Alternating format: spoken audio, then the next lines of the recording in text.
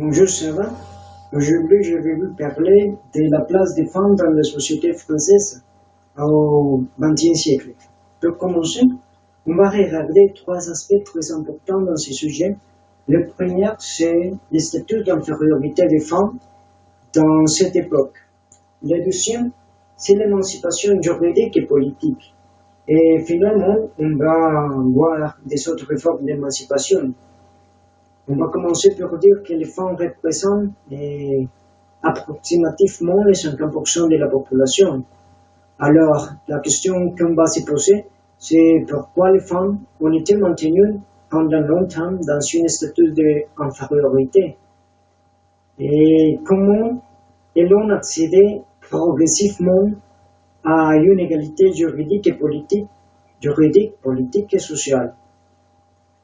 Alors, c'est la faute de Napoléon Ier et le Code civil de 1804, qui c'est un type de société patriarcale, faire de la femme un mineur. C'est-à-dire comme quelqu'un qui aujourd'hui a moins de 18 ans. Et la femme a un statut d'infériorité juridique. Les femmes n'ont pas d'autonomie financière.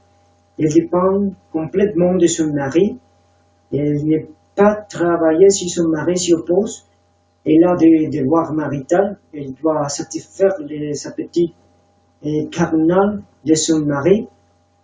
Et elle ne peut pas exercer une profession si son mari s'y oppose.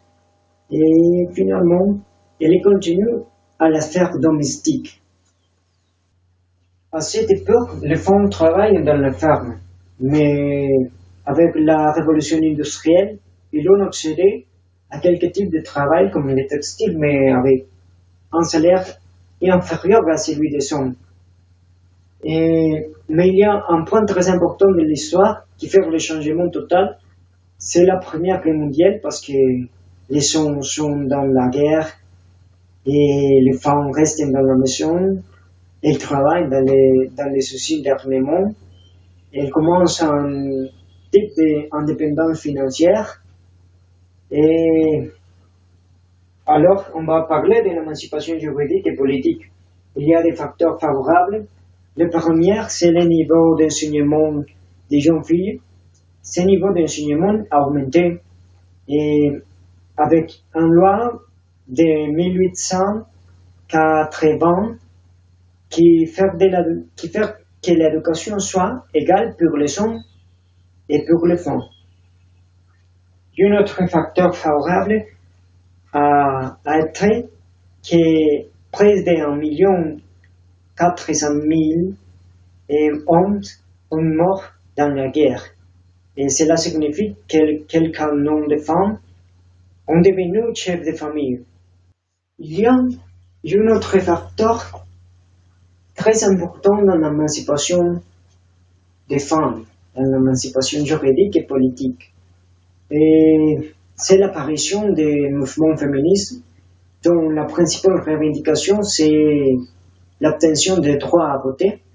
On peut regarder quelques mouvements comme les femmes nouvelles avec Louise Weiss, son principale représentante.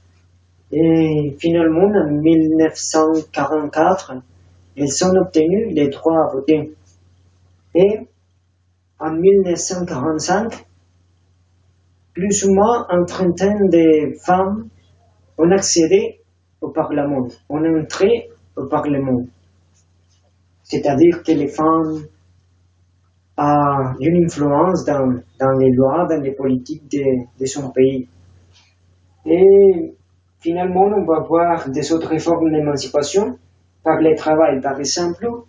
Et il y a une loi qui fait que le travail soit égal pour les hommes et pour les femmes.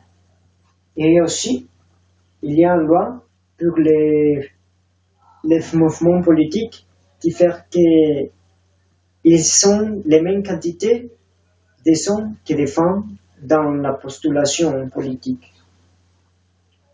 Et par la libre disposition de leur corps, il y a quelques lois qui disent que la femme libre l'homme nos autorités sur la femme, il peut décider, il peut prendre son propre décision en concernant à son corps. Merci beaucoup.